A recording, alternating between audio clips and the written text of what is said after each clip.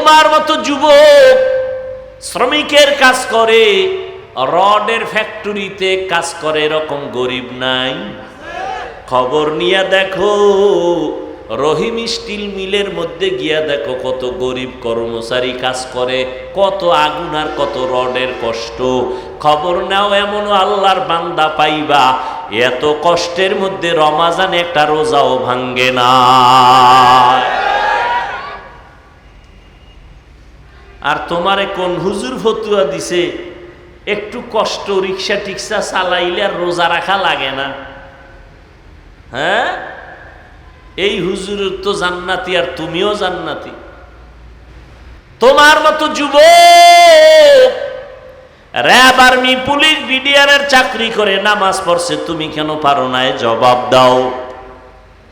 তোমার মতো যুবক রাস্তায় গাড়ি চালায়, নামাজ ছাড়ে না, নাই?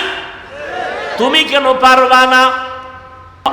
বেহতেরা সদ সালা তাআত বেরিয়া। ও আল্লাহর বান্দারা, 12টা মাস মুসলমানের এত বয়ান,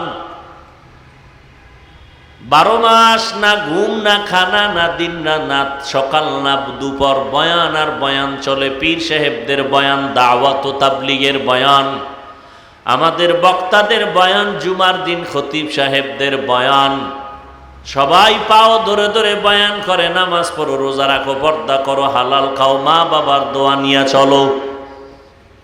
এরপরেও দেখা যায় আমল নামা শূন্য। এখানে এত মানুষ হাজির হয়েছে, এমন আল্লাহর বান্দা আজকে ফজর ভরে নাই, জোহর ভরে নাই, আসর ভরে নাই, মাগরিব পড়ে নাই, এশার নামাজও ভরে নাই। এখানে একজনও নাই। এরে আল্লাহর গোলাম, তোমার কবরে তুমি যাইবারে যুবক, আমার কবরে আমি যাব রে বাবা। তোমার কবরের প্রশ্নের জবাব তুমি দিবা, আমার কবরের প্রশ্নের জবাব আমি দিব। তবে এটুকু জেনে নাও, আমাকে যেই প্রশ্ন করা হবে যুবক, তোমাকে সে একই প্রশ্ন করা হবে। পীর সাহেবের প্রশ্ন, মুরিদের প্রশ্ন, ডাক্তার, ইঞ্জিনিয়ার, রোগী, ইমাম, মুক্তাদি, আলেম, গায়রে আলেম, ধনী গরিব, সবার প্রশ্ন 3টা, সব এক। আল্লাহর নিয়মটা কি? দুনিয়াতে ক্লাস 1, ক্লাস 2, 3, 4, 5 ক্লাস আলাদা, প্রশ্নের আলাদা। এক প্রশ্ন 1, 2, 3 কে করে? আল্লাহর সিস্টেম কি? সব মানুষ, এ ক্লাস আর বি ক্লাস হোক, বেঈমান হোক আর মুমিন হোক, আলেম হোক আর গায়রে আলেম হোক, ধনী হোক আর গরিব হোক, সবার প্রশ্ন এক, 3টা। তাও আবার প্রশ্ন ফাঁস করিয়ে দিছে।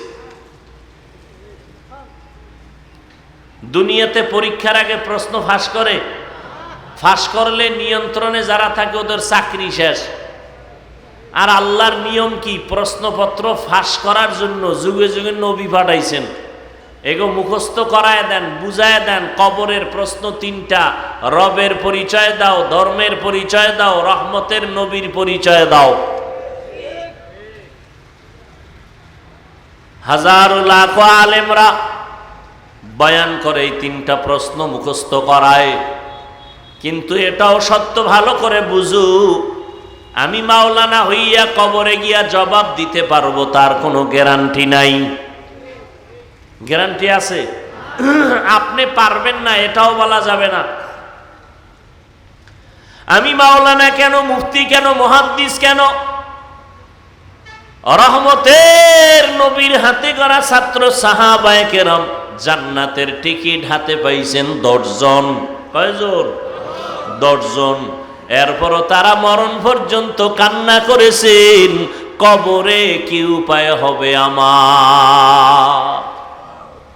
জান্নাতের টিকিট পাইয়াও মৃত্যু পর্যন্ত কান্না। আবু বকরের কান্না, ওমরের কান্না, ওসমানের কান্না, আলীর কান্না রাদিয়াল্লাহু আনহুম আজমাইন, জীবন ভর কান্না করেছেন। জান্নাতের টিকিট পাওয়ার পরেও আর আমরা জান্নাতের টিকিট পাইছি? ঘুমের ঘরে জান্নাতের টিকিট পাই নাই। নামাজ নাই, রোজা নাই, পর্দা নাই। আবার যারা নামাজ পড়ে রুকু ঠিক নাই, সেজদা ঠিক নাই, তেলাওয়াত ঠিক নাই। নামাজ পড়া মসজিদের বাইরে গিয়া টুপি মাথায় থাকে না, জবানে বিড়ি উঠাইয়া দেয়, মুখে বিড়ি টানে, জবানে গালি দেয়, দোকানে বয়া মাপে ভেজাল করে, কাস্টমারের মিথ্যা কসম খায়। নামাজি মুসল্লি আছে না নাই? এই মুসল্লির আল্লাহ পাক সুন্দর কথা বলছে। এই মুসল্লি কেমন মুসল্লি? আরাইতাল্লাযী ইউকাযযিবু বিদ্দীন ফাযালিকাল্লাযী ইয়াদউল ইয়াতীম ওয়া লা ইয়াহুদ্দু আলা তাআমিল মিসকিন ফাওয়াইলুল লিল মুসাল্লিন। দেখছেন নি, নামাজ জান্নাতের চাবি। নামাজ মানুষকে পাপ থেকে ফিরাইয়া জান্নাতে নিয়ে যাবে। আর আল্লাহ এই সূরায় কয়, যারা কিছু নামাজি আছে মুসল্লি, বলে এগো পরিণাম কি? ওয়াইল নামক জাহান্নাম। ওয়াইল, ফাওয়াইলুন লিল মুসল্লি, মুসল্লির জন্য ওয়াইল নামক জাহান্নাম, নিকৃষ্ট স্তর। ওয়াইল নামক জাহান্নাম মুসল্লিদের জন্য। কোন মুসল্লি? যে নামাজ পড়ে মুসাল্লায়, মুসাল্লার বাইরে গিয়া মিথ্যা কসম খায়, মানুষের ধোঁকা দেয়, সুদের টাকায় কারবার করে। পৃথিবীতে আল্লাহর বড় দুশ্মন আছে দুই দল। কার? আমগো না, কার? আল্লাহর দুই দল দুশ্মন আছে, অনেক বড় দুশ্মন। একদল দুশ্মন সুদখোর, আর একদল দুশ্মন হলো যারা ওলিয়া উলিয়া মানে না এরা। এক দলের কথা আছে কোরআন শরীফে ডাইরেক্ট, আর এক দলের কথা আছে বুখারী শরীফে ডাইরেক্ট। তাহলে এত বয়ান, এত বয়ান, এত বয়ান, মিথ্যা কথা বলা হারাম জানে তারপরও কয়, গালি দেওয়া হারাম জানে তারপরও বলে, অন্যের হক নষ্ট করা, চুরি করা, ডাকাতি করা হারাম জানিয়াও করে, মানুষ হত্যা গুনার কাম, বড় পাপের কাজ, এরপরও করে, আর একজনের ধোঁকা দেওয়া হারাম জানিয়াও করে। এর একমাত্র কারণ আমি বক্তার বয়ানে হবে না। আমি বক্তা কেন? মক্কা মদিনার ইমাম কেন? সারা দুনিয়ার আলেম ওলামাও যদি পাও দইরা দইরা বয়ান করে কাজ হবে না। কারণ আমার রহমতের নবী, যার কোনো গুনাহ নাই, ওই নবীও বয়ান করলেন 13 বছর, তারপরেও নবীর বয়ানে কালেমা পড়ে না। কত বড় বেঈমান! নবীজির বয়ানে কালেমা পড়ে না, কত বড় নিকৃষ্ট বেঈমান! চিন্তা করেন। তা আমগো বক্তাদের তো কোনো কথাই বলা যাবে না, তুলনাই হবে না। নবীর বয়ানে কালেমা পড়ে না, কত বড় নিকৃষ্ট বেঈমান! এর কারণ কি? কিয়ামত পর্যন্ত বয়ান করলেও লাভ হবে না যদি বান্দার মধ্যে আল্লাহর ভয় না আসে। আর কিয়ামত পর্যন্ত মানুষের অন্তরে আল্লাহর ভয় আসবে না যদি মানুষগুলো ওলিয়া উলিয়াদের চোখের নজরে না থাকে। যারা ওলিয়া উলিয়া মানেই না, এগো উপায় কি? ওলিয়া উলিয়া মানে না, অথচ সাহাবায়ে কেরাম জান্নাতের টিকিট পাইয়াও কান্না করেছেন, কবরে কি উপায় হবে। তাদের আমল কত সুন্দর ছিল, ইলম কত সুন্দর, তাকওয়া। আবু বকর, যার ঘটনা শুনাইলাম, তিনিও নামাজে দাঁড়ায় দাঁড়ায় সারা রাত কান্না করেছেন। আর আপনার আমার ইলম নাই, আমল নাই, তাকওয়া নাই, এরপরে কত কান্না দরকার। অথচ মোনাজাতে কিছু বান্দা কাঁদে, আর পাশে কিছু নেমক হারামেরা না কান্না করিয়া তাকাইয়া তাকাইয়া হাসে, আর বলে দেখ লজ্জা নাই কেমনে কান্না করে। কিসের লজ্জা রে বাবা? তোমার হাতের আঙ্গুল যদি কেটে যায়, পাও যদি কেটে যায়, তুমি জানো তুমি এমনে কাঁদো না, বড় মানুষ, লজ্জা লাগে। কিন্তু হাত যদি কেটে যায় কান্না আসেনি কি? তখন লজ্জা লাগে না? লজ্জার কথা মনে পড়ে না? তখন কান্না আসে কেমনে? যার মধ্যে জাহান্নামের ভয় অন্তরে ভালোভাবে ঢুকবে, তার ওই জাহান্নামের ভয় যখন আসবে তখন কান্না শুরু হয়ে যাবে। তখন আর লজ্জার দিয়ে তাকাইবে না, কান্না করবে আর বলবে, আল্লাহ জাহান্নাম থেকে আমারে ফিরাও, বাঁচাও। আমি আমার নফসের ধোকায় পড়ে, শয়তানের ধোকায় পড়ে গুনাহ করে ফেলেছি। ও আল্লাহ তুমি মাফ করে দাও। আল্লাহর ভয় না আসা পর্যন্ত কোনোদিন আমগো বয়ানে কাজ হবে না। আর আল্লাহর ভয় ততদিন অন্তরে আসবে না যতদিন আল্লাহর ওলিদের নেক নজর লাগবে না। এই জন্য ওলিয়া উলিয়া ওলামায়ে আহলে হকের নেক নজর লাগাও।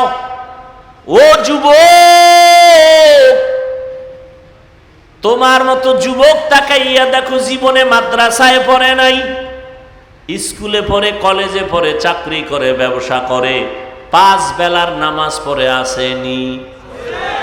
বাস আমগো হুজুর টুজুর বাদ। তোমারে জুতার বাড়ি দিতে আল্লাহ পাক আমগো হুজুর ডাকবে না। কিয়ামতের দিন তোমার জাতি বাইরে ডাকবে, ওই বেঈমান, তুই স্কুলে পড়ছো, তোর পাশের ছেলেটা স্কুলে পড়িয়া নামাজ পড়লো, তুই পারলি না কেন? তোমার মতো যুবক র‍্যাব, আর্মি, পুলিশ, বিডিআর এর চাকরি করে নামাজ পড়ছে, তুমি কেন পারো না? জবাব দাও। তোমার মতো যুবক রাস্তায় গাড়ি চালায়, নামাজ ছাড়ে না, নাই?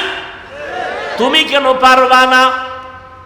তোমার মতো যুবক শ্রমিকের কাজ করে, রডের ফ্যাক্টরিতে কাজ করে, এরকম গরিব নাই?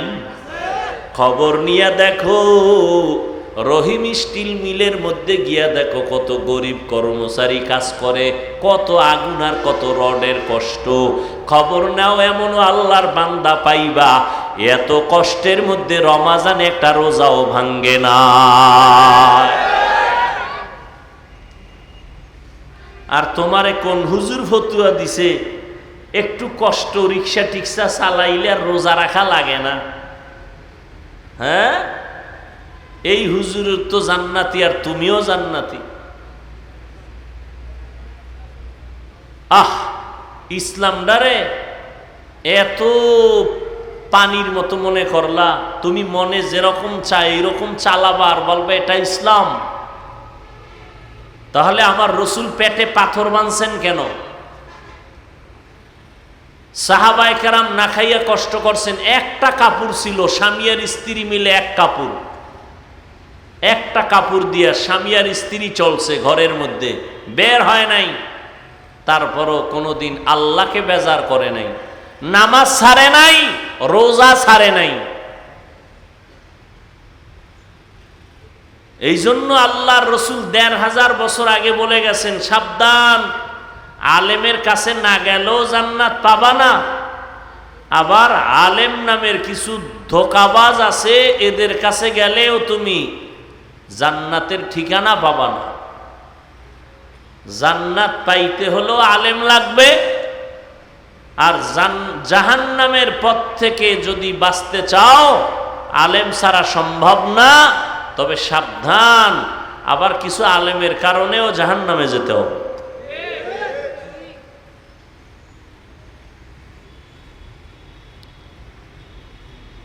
আল্লাহ হেদায়াত দান করুন। আল্লাহ পাকের ভয় তাকওয়া অন্তরে জমা করে গুনাহ থেকে নিজেকে বাঁচাও। আল্লাহর ভয় বালিশে মাথা লাগাই একটু চিন্তা করো। তোমার আমার মতো যুবক তাকায় দেখো, এক বেলার নামাজ ছাড়ে না, আমগো মতো হুজুর না। আর আমরা তো একবারও বলি না মাদ্রাসায় আসো, পাগড়ি লাগাও, স্কুল কলেজ বাদ দাও, একবারও বলি নাই। স্কুলে পড়ো, কলেজে পড়ো, চাকরি করো, ব্যবসা করো, ইসলাম তোমারে বাধা দেয় না। ডাক্তার হও, ইঞ্জিনিয়ার হও, প্রফেসর হও, তবে বেয়াদব হইও না।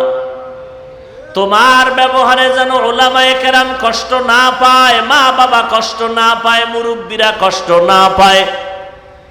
সুন্দর ব্যবহার দাও, 5 বেলার নামাজ পড়ো, শিক্ষকের সাথে ভালো ব্যবহার করো, বড়দের সাথে ভালো ব্যবহার করো, ছোটদের স্নেহ করো, মায়া করে কথা বলো, মা বাবার দোয়া নিয়ে চলো, ওলামায়ে কেরামের পরামর্শ নিয়ে, নবীর তরিকা মানিয়া চলো। ডাক্তার হলেও তুমি ধন্য, ইঞ্জিনিয়ার হলেও তুমি ধন্য। নবীর মোহাব্বত নিয়ে, মা বাবার দোয়া নিয়ে যদি আলেমদের পরামর্শে চলো, তাহলে তুমি একজন প্রফেসর হইলেও আল্লাহ খুশি। বহু ডাক্তার ঢাকার শহরে আছে, রোগী এত ভিড়, কিন্তু আজান হয়ে গেছে বলে এখন বন্ধ করে দাও নামাজের পরে। নামাজ বাদ দিয়ে কোনো রোগী দেখা হবে না। অতএব তুমি ডাক্তার হও, ইঞ্জিনিয়ার হও, রসুলের আদর্শ মতো চলো, ওলামায়ে কেরামের পরামর্শ মানো, মা বাবার দোয়া নিয়ে চলো। শুরুতেই বলেছিলাম, গুনাহ তো করেই ফেলেছি, গুনাহের বেড়া জালে আটকায় গেছি। বাঁচার একটা উপায় হলো তওবা। অন্তর দিয়া তওবা করো। বড় বড় বড় বড় অপরাধীরাও তো তওবা করে আল্লাহ তাদের মাফ করে দিয়েছেন। তোমার উপরে আমার আল্লাহ খুশি হয়ে যাবেন যদি তওবার মতো তওবা করতে পারো। মনটারে দুর্বল বানাইয়া বিনয়ের সাথে যদি বলতে পারো, হে মালিক, আর নামাজ ছাড়বো না, বেপরদায় চলবো না, মা বাবারে কষ্ট দিব না, স্কুলে পড়ি, কলেজে পড়ি, চাকরি করি, ব্যবসা করি, আর নামাজ ছাড়বো না। আমার মতো যুবক জেনারেল লাইনে থাকিয়া চাকরি ব্যবসা করিয়াও যদি নামাজ পড়ে, আমি কেন পারি না? ও পর্দার আড়ালের মা বোনেরা, ও বৃদ্ধ বাবাজিরা, আপনার মতো বুড়া মানুষ নামাজ ছাড়েন, আপনি কেন পারেন না? ও মা বোনেরা, আপনার মতো কত মা কত বোন নামাজ পড়ে, আপনার মতো মা বোন পর্দা করে, আপনারা কেন পারবেন না? আল্লাহর কাছে গুনার থেকে তওবা করেন, আর গুনার কাছেও যাবেন না। নবীর তরিকা মেনে আল্লাহর মোহাব্বত নিয়ে চলবেন, ওলামায়ে আহলে হকের পরামর্শে চলবেন, নবীর সুন্নত অনুযায়ী চলবেন, মা বাবার দোয়া নিয়ে চলবেন। কোনোদিন জবান দিয়া কাউকে কষ্ট দিবেন না, কোনোদিন নজর দিয়া কারো বিরুদ্ধে যাবেন না। আল্লাহর কাছে তওবার মতো যদি করতে পারেন, আল্লাহ জীবনের সব গুনাহ মাফ করে দিবেন। ও বাবাজিরা, ও পর্দার আড়ালের মা বোনেরা, ও যুবক, আর যতদিন আমার আল্লাহ হায়াতে বাঁচায় রাখেন, কয়দিন বাঁচবো জানা নাই রে বাবা। এমন কোনো দিন নাই যুবকের মরণের খবর নাই। গাড়ির নিচে যুবকের লাশ, পানির নিচে যুবকের লাশ, ঘুমের বিছানায় যুবকের লাশ। আজকে থেকে আর গুনাহ করব না। তওবা করার মতো যদি কারো নিয়ত হয়, দুটো হাত আমার আল্লাহকে দেখায় দেই। আয় আল্লাহ, হাত কবুল করে নেন, তওবা কবুল করে নেন। তওবার উপরে মজবুত হইয়া চলার মতো তৌফিক দান করেন, আমিন। আলহামদুলিল্লাহি রাব্বিল আলামিন, ওয়াসসালাতু ওয়াসসালামু আলা সাইয়্যিদিল আমবিয়াই ওয়াল মুরসালিন ওয়া আলা আলিহি ওয়া আসহাবিহি আজমাইন। ইয়া আরহামার রাহিমিন, ইয়া আরহামার রাহিমিন, ইয়া আরহামার রাহিমিন। রব্বিরহামহুমা কামা রব্বায়ানি সগীরা। আল্লাহুম্মা ইন্নাকা আফুউন কারীম তুহিব্বুল আফওয়া ফা'ফু আন্না। আল্লাহুম্মা ইন্না নাসআলুকা রিযাকা ওয়াল জান্নাহ ওয়া নাউযু বিকা মিন সাখাতিকা ওয়ান নার। ও দয়ার মালিক, গুনার বোঝা নিয়ে আপনার দরজায় হাজির। ওলামায়ে কেরাম, মুরব্বী, হাজী সাহেব, ব্যবসায়ী, চাকরিজীবী, ছাত্র, যুবক, মা বোনেরা, আয় আল্লাহ মেহেরবানি করে আমাদের মাফ করিয়া দেন। আয় আল্লাহ মাহফিল কবুল করে নেন, আয়োজনকারী সহযোগিতাকারীদের কবুল করে নেন, এলাকায় শান্তি দান করেন, মা বোনদের আবেদা বানায় দেন, লেখাপড়া পরীক্ষার্থী যারা কামিয়াবি দান করেন। আয় আল্লাহ রিয়া হাসাদ কিবির দূর করে ইখলাস দান করেন, চলার পথে ইজ্জতের সাথে হেফাজত করেন, মুখালিফরে মুআফিক বানায় দেন, জাহেরি বাতিনি দুশমন থেকে কুদরতের দ্বারা হেফাজত করেন, নবীজির সুন্নতালা জিন্দেগি দান করেন, সারা দুনিয়াবাসীকে মাফ করে দেন, বাংলাদেশ শান্তির দেশ বানায় দেন, প্রশাসনিকভাবে যারা কাজ করে দিনদার বানায় দেন। আয় আল্লাহ অভাবীদের অভাব দূর করে দেন, সবার ব্যবসা চাকরি কামাই রুজিতে হালাল ভাবে বরকত বাড়ায় দেন, অভাব দূর করে দেন, ঋণ আদায়ের ব্যবস্থা করে দেন। আল্লাহ ও দয়ার মালিক, আমরা যারা হাত তুলেছি জানি না কার মা নাই বাবাও নাই, অন্ধকার কবর জান্নাত বানায় দেন, যারা বেঁচে আছেন হায়াত বাড়ায় দেন। আয় আল্লাহ তো বলা